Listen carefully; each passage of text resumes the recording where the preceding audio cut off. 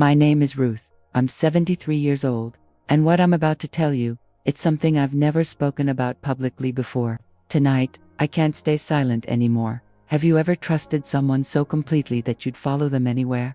Have you ever been so broken, so desperate for hope, that you'd believe anything that promised to heal your pain?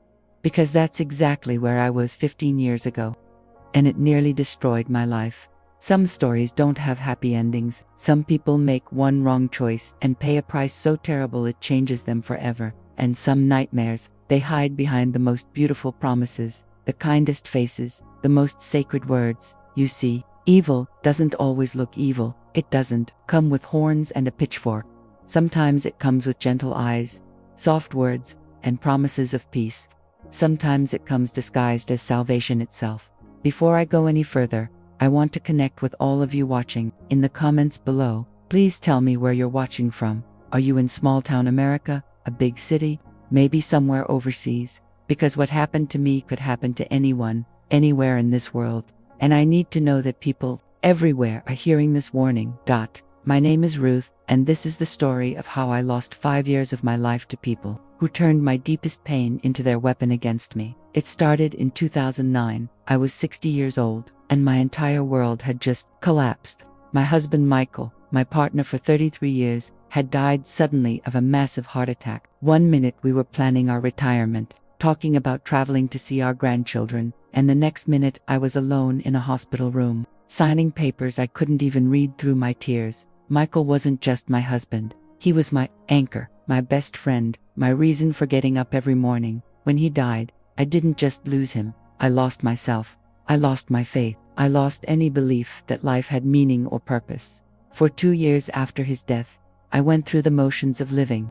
I attended grief counseling groups where people talked about stages and healing and moving forward. But inside, I was dying. The antidepressants helped me function, but they couldn't touch the emptiness that had taken over my soul. I had never been a deeply religious person. I attended church occasionally, said grace at family dinners, but I questioned everything. I needed proof, explanations, logical answers. After Michael died, those questions became screams of rage directed at a God I wasn't even sure existed. By 2011, my children were desperate. They watched their mother disappear a little more each day, and they didn't know how to help. My doctor suggested I take a trip, get away from all the memories that were suffocating me in our hometown.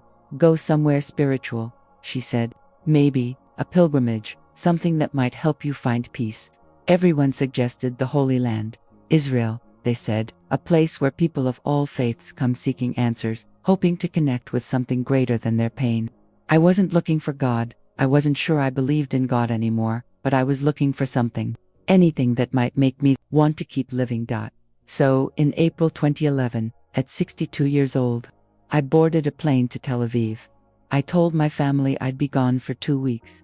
Maybe 3 at most. I had no idea I wouldn't see American soil again for 5 years.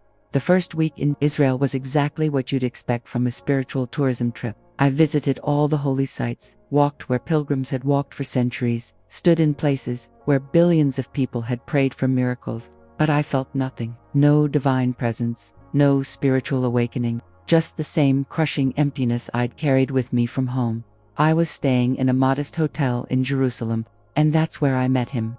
His name was David, and he seemed to be everything I needed in that moment of complete desperation. He appeared to be in his early 50s, well-educated, with kind eyes that seemed to see straight through to my pain. David introduced himself as a spiritual counselor who worked with people from all faiths, who came to the Holy Land seeking healing. He had a gentle way of speaking, a peaceful presence that drew people to him. When he found me crying in the hotel's small garden one evening, he didn't intrude. He just sat nearby and waited until I was ready to talk.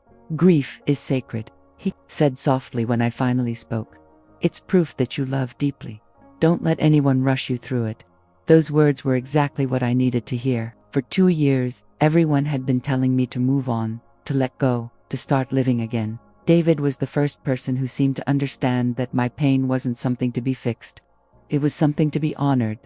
Over the next few days, David became my unofficial spiritual guide. He wasn't pushy about religion, never tried to convert me or push any particular faith. Instead, he talked about universal truths, about how different traditions approached loss and healing. He introduced me to meditation practices, breathing techniques, ways of finding moments of peace even in the midst of overwhelming sorrow. There's a community I work with, he told me after about a week of these conversations. People from all backgrounds who are on similar journeys of healing. We have a retreat center in a beautiful, quiet place where people can take time to really process their pain without the distractions of modern life. The idea appealed to me.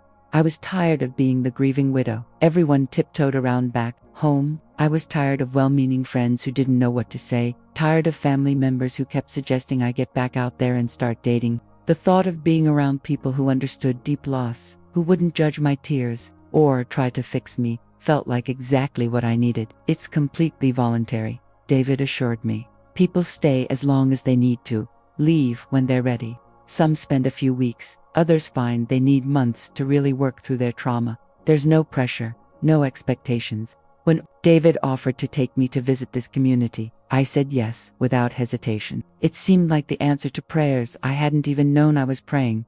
But that decision, made in a moment of desperate hope, became the beginning of a nightmare that would consume the next 5 years of my life.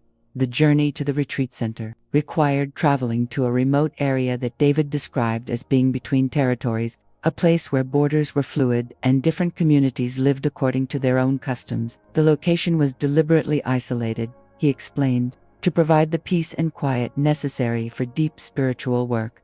David handled all the travel arrangements, all the paperwork. When we reached a checkpoint, he took my passport for safekeeping during what he said was a complicated border crossing. At the time, it seemed reasonable. I was an American woman unfamiliar with the region's complex politics.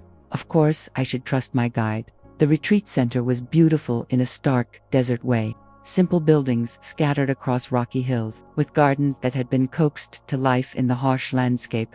The other residents welcomed me warmly, about 20 people from various countries who all seemed to be on their own journeys of healing from trauma, loss, and spiritual crisis. For the first few weeks it felt like exactly what I needed. I participated in group discussions about grief and healing, learned meditation and prayer techniques from various traditions, spent quiet hours in reflection and journaling. Everyone respected my need to process Michael's death at my own pace, but gradually, subtly, things began to change. The daily schedule became more structured, less optional. What had been presented as suggested activities became expectations, then requirements. The group discussions shifted from open conversations about healing to more directed teachings about surrender, about the dangers of worldly attachments, about the need to completely let go of our old lives in order to be truly reborn. David revealed himself to be not just a counselor, but the spiritual leader of this community. What I had mistaken for gentle, non-denominational spirituality was actually a very specific, very rigid belief system that combined elements from various religions into something that demanded complete obedience and submission. Your husband's death was meant to bring you here, David told me during one of our private counseling sessions, and now his voice carried authority rather than compassion. Your pain, your questions, your resistance to traditional faith, it was all preparation for this moment, for this truth we're sharing with you. When I began to express discomfort with the increasingly controlling environment, when I mentioned wanting to contact my family back home, I was told that such desires were evidence of my spiritual immaturity, my inability to let go of earthly attachments that were keeping me from true peace. My sleeping quarters, which had initially been unlocked, began to be secured at night for safety reasons. My meals were brought to me rather than eaten in the common areas, ostensibly because I needed quiet time for reflection. My access to phones and internet, which had been limited from the beginning due to the remote location, was eliminated entirely. But the real prison wasn't the locked doors or isolated location. The real prison was psychological. David and the community's inner circle spent hours each day working on my mind, using every vulnerability I had shared with them as a weapon to break down my resistance. Your husband is watching you from the afterlife, David would tell me during our increasingly frequent counseling sessions. He's waiting for you to find the peace he wants for you. But your stubbornness, your refusal to surrender to the truth we're offering, is keeping his soul in anguish. They used Michael's memory against me constantly. They twisted my love for him, my guilt over surviving him, my desperate wish to honor his memory, into tools of control. Every emotion, every vulnerability I had shared in what I thought were therapeutic sessions, became ammunition in their campaign to break my will. The community had a name for what they were doing to me: spiritual rehabilitation.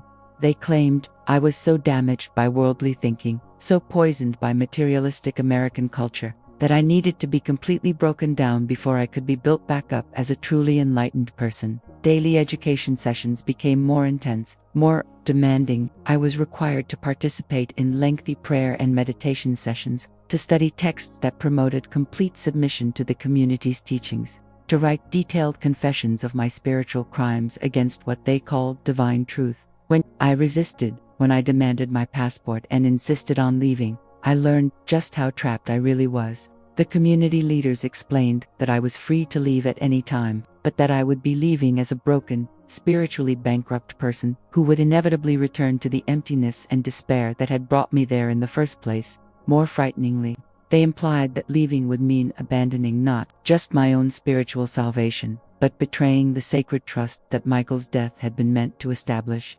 "He died to bring you to this truth," David would say. "If you leave now, his sacrifice becomes meaningless." The manipulation was sophisticated and relentless. They had taken every piece of pain I had shared with them and weaponized it. My grief became evidence that I needed their guidance. My questions became proof of my spiritual immaturity. My desire to contact my family became selfishness that was preventing my growth. As my first year in the community stretched on, I realized that no one from my old life was looking for me. I had told my family I was on an extended spiritual retreat, that I needed time and space to heal. My increasingly infrequent phone calls home had prepared them for my silence. David had been clever. He had taken a woman who was already withdrawing from life and made her disappear so gradually that it looked voluntary. The community had perfected this process over many years. I wasn't their first project, and I wouldn't be their last. They specialized in finding people at their lowest points, people whose connections to their old lives had already been weakened by trauma, loss, or crisis. By my second year in captivity, I had learned the most important lesson of my life: how to survive by seeming to surrender while secretly maintaining my true self. I began to play their game, pretending to embrace their teachings while carefully guarding my real thoughts and feelings. It was dangerous work. I had seen what happened to people who resisted too openly or tried to escape. There was Maria, a Spanish woman who had attempted to leave and was found dead from what the community called a hiking accident. There was James, a British man who had been sent to intensive spiritual rehabilitation in an even more remote location and was never seen again. I knew that if I was going to survive, if I was ever going to see my family again, I had to be smarter than those who had tried and failed before me. I had to make them believe I was broken, while secretly nurturing the spark of myself that they were trying to extinguish.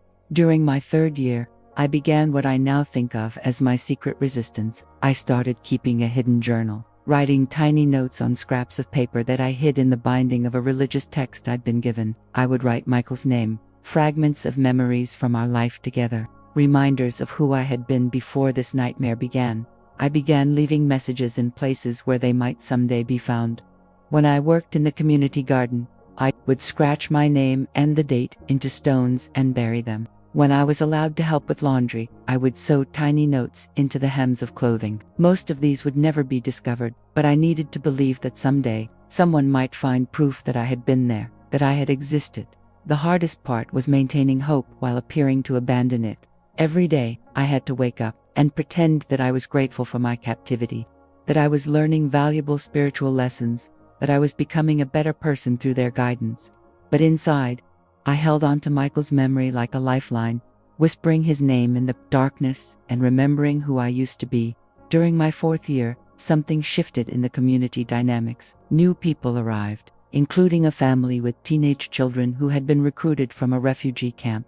The parents were true believers, completely devoted to David's teachings, but their 16-year-old daughter, Aisha, was struggling with the transition. In Aisha, I saw something of my younger self, questioning, resistant to easy answers, unwilling to simply accept what she was told. The community leaders saw her attitude as a problem to be solved, but I saw it as a sign of hope. I began to find small ways to connect with Aisha.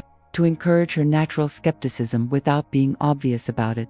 I would ask her questions that seemed to support the community's teachings, but actually encouraged her to think critically. I would share stories from my past that seemed to be about spiritual growth, but actually contained coded messages about the importance of maintaining your own identity. Through Aisha, I learned that the outside world was still functioning, that my family back home still existed, that there was still a life waiting for me if I could find a way back to it. She had been in contact with relatives before arriving at the community, and she would sometimes mention things she had heard about missing persons cases, about families who never stopped looking for lost loved ones. Hope. For the first time in years, I felt genuine hope, not the false hope that David used to manipulate us, but real hope based on the possibility of freedom. I began to take bigger risks. When Aisha and I worked together in the garden, I would tell her stories about my life before, about the family I missed, about the person I used to be. I was careful to frame these as cautionary tales about the emptiness of worldly life, but I could see that she understood the real message, that I didn't belong there, that I was being held against my will. The breakthrough came during my 5th year, in spring 2016. A new family joined the community, but this one was different.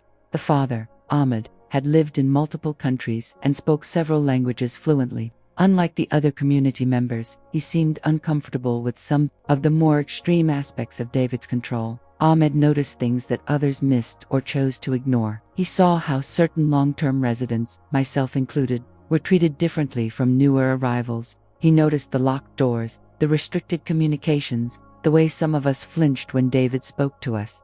One day, when we were both working on a construction project and temporarily out of earshot of the community supervisors, Ahmed approached me carefully. "You've been here a long time," he said quietly. Do you want to be here?" It was the first time in 5 years that anyone had asked me that question directly. I was terrified to answer honestly, but something in Ahmed's eyes, some recognition of shared humanity, made me take the risk. "No," I whispered. "I want to go home, but they have my passport, my documents. I can't leave." Ahmed's expression changed to one of horror. "How long have you been here?" 5 years, I said, and started to cry for the first time in months. "My family... they must think I'm dead." What happened next unfolded slowly and carefully. Ahmed began to ask subtle questions around the community, trying to understand how many people might be in situations similar to mine. He had a cousin who worked with a humanitarian organization, and he began to find ways to communicate with the outside world during his approved trips to nearby towns for supplies. It took months of careful planning. Ahmed had to be incredibly cautious not to arouse suspicion while gradually building a case and making contact with authorities who could help. He documented evidence, took photographs, and slowly built a network of contacts who could intervene. The rescue, when it finally came, happened quietly. No dramatic raids or international incidents. Instead, a small humanitarian organization that specialized in cult intervention worked with local authorities to investigate reports of people being held against their will.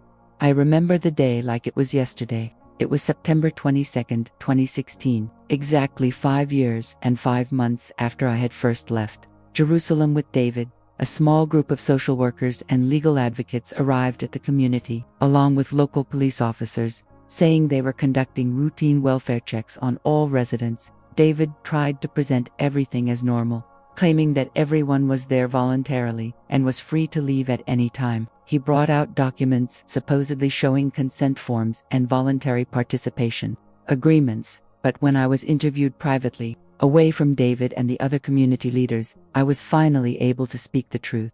"I've been held here, against my will for over 5 years," I told the social worker. "They took my passport, isolated me from my family, used psychological manipulation to control me. I want to go home." The investigation that followed revealed that I wasn't the only one. 3 other long-term residents came forward with similar stories. The community was shut down. David and several of his associates were arrested, and those of us who had been held captive were finally free to return to our lives. But freedom, I learned, isn't just about leaving a physical prison. The psychological chains they had wrapped around my mind didn't disappear the moment I walked out of that compound. When I finally returned to America in October 2016, I was a stranger in my own life.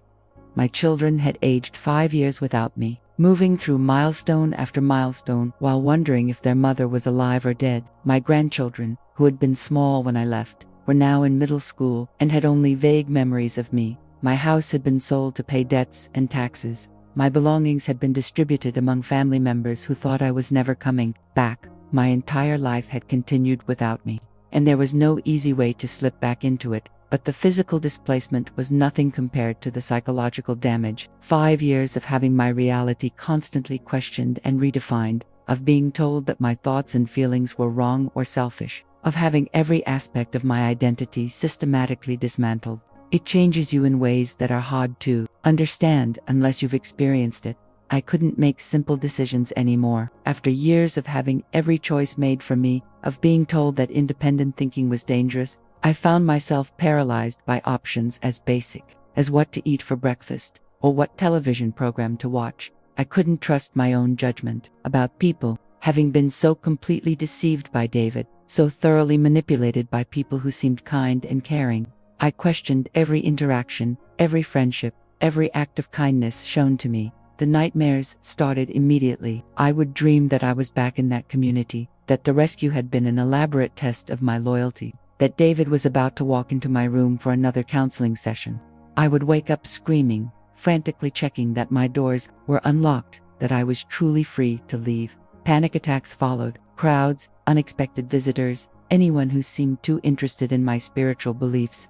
Anything that reminded me of the recruitment process would send me into terrifying spirals of anxiety where I couldn't breathe, couldn't think, couldn't function. I started seeing Dr. Sarah Chen, a psychiatrist who specialized in cult survivors and complex trauma. That's when I learned that what had happened to me wasn't unique, that there were names for the techniques that had been used against me: love bombing, isolation, thought reform, learned helplessness. "You're not crazy, and you're not weak, doctor," Chen told me during one of our first sessions. "You survived something that breaks many people completely. The fact that you maintained enough of yourself to eventually seek help shows incredible strength. The healing process has been long and ongoing. It's been 7 years since I returned from that community, and I'm still working to reclaim myself, to trust my own judgment, to believe that I deserve freedom and autonomy. Some days are better than others. I've slowly rebuilt relationships with my children, though they're different now. My daughter Susan tells me sometimes that she feels like she's getting to know me all over again, like the mother who left for Israel in 2011 died there, and someone else came back. She's not entirely wrong. The woman who boarded that plane was naive in ways that had protected her from recognizing certain dangers throughout her life. She trusted easily, believed the best in people, assumed that spiritual seeking was always safe, and that people who spoke of healing always had good intentions.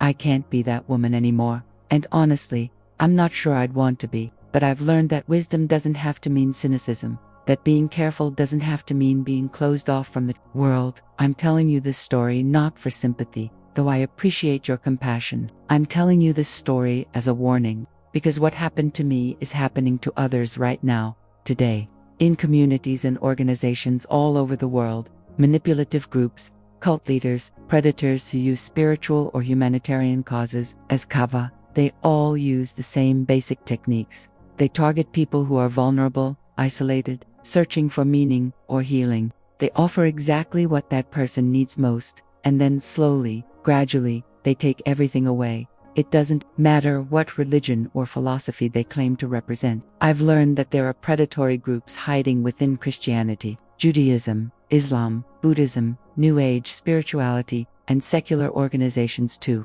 The common denominator isn't faith or philosophy, ... It's the desire to control and exploit others. The warning signs are always similar. They isolate you from your support system, claiming that outside influences are harmful to your growth. They take control of your documents, your money, your communications, always with reasonable sounding explanations. They make you dependent on them for basic needs and information about the outside world. They discourage questions and independent thinking, claiming that doubt is a sign of spiritual immaturity or resistance to healing. They use your deepest vulnerabilities, your grief, your trauma, your desire to be a good person, as weapons against you. And they always target you when you're at your lowest point, when you've lost someone you love, when you're going through a major life crisis, when you're struggling with depression or addiction or any other situation that makes you desperate for answers and support. If you're watching this and going through a difficult time in your life, please be extra careful about who you trust. Be suspicious of anyone who offers easy answers to complex problems, who wants to separate you from family and friends, who discourages questions or contact with the outside world. Trust your instincts. If something feels wrong, if people seem too eager to help or too interested in your problems, if they're pushing you to make major life changes quickly, listen to that inner voice that's trying to warn you. And if someone you love seems to be falling under the influence of a controlling group or individual, don't give up on them. Keep trying to maintain contact. Keep asking questions. Keep looking for ways to help them remember who they were before they became involved with these people. Two families of people who are missing or trapped in situations like mine was. Don't stop looking. Don't assume that because someone went willingly they want to stay. Don't let authorities dismiss your concerns by saying that. Adults can't be kidnapped if they initially chose to go somewhere. I chose to go to Israel. I chose to extend my trip. I even chose to visit David's community. But every choice after that was made under manipulation, coercion, and psychological control. I was as much a kidnapping victim as someone grabbed off the street, just taken in a more sophisticated way. My name is Ruth, and I'm 73 years old. I lost 5 years of my life to people who used my grief, my spiritual searching, and my desire to heal as weapons against me. But I survived, and I'm here to tell you that no matter what you're facing, you can survive. Trust your instincts. Question everything, even especially people who tell you not to question. Don't let anyone convince you that doubt is weakness or that independence is selfishness. And never, ever let someone else control your connection to the people who truly love you. The world is full of good people who genuinely want to help, to heal, to serve others in ways that bring real hope and healing. But it's also full of predators who hide behind noble causes and sacred words to hunt for victims. Learn to tell the difference. Your life, your freedom, your very identity may depend on it. Before I finish, I want to tell you how this video came to be. For years after my return, I carried this story in silence. I was afraid people wouldn't believe me, afraid they would judge me for being naive, afraid that talking about it would somehow make the nightmare feel real all over again. But recently, I discovered this YouTube channel, Echoes of Real Lives. They create a safe space for people like me to share our experiences, to warn others, to transform our pain into purpose. When I reached out to them about my story, they didn't question whether it was true or ask me to prove what I'd been through. They simply listened, and they offered to help me share my story with all of you. I'm grateful to them for giving me this platform, for helping me find my voice after so many years of enforced silence. If my story has opened your eyes to dangers you hadn't considered, if it's made you think twice about who you trust or how you make major life decisions, then sharing it was worth the pain of reliving it. Please subscribe to Echoes of Real Lives if this content has touched you. They are doing important work, giving voice to experiences that too often remain hidden. Leave a comment telling me where you're watching from. I still want to know that people all over the world are hearing this warning and taking it to heart. And please share this video with someone you care about. You never know who might need to hear it, who might be facing a decision that could change their life forever, who might be feeling vulnerable enough to trust the wrong person. Thank you for listening to my story. Thank you for witnessing my pain and my survival, and for helping me turn the worst experience of my life into something that might protect others.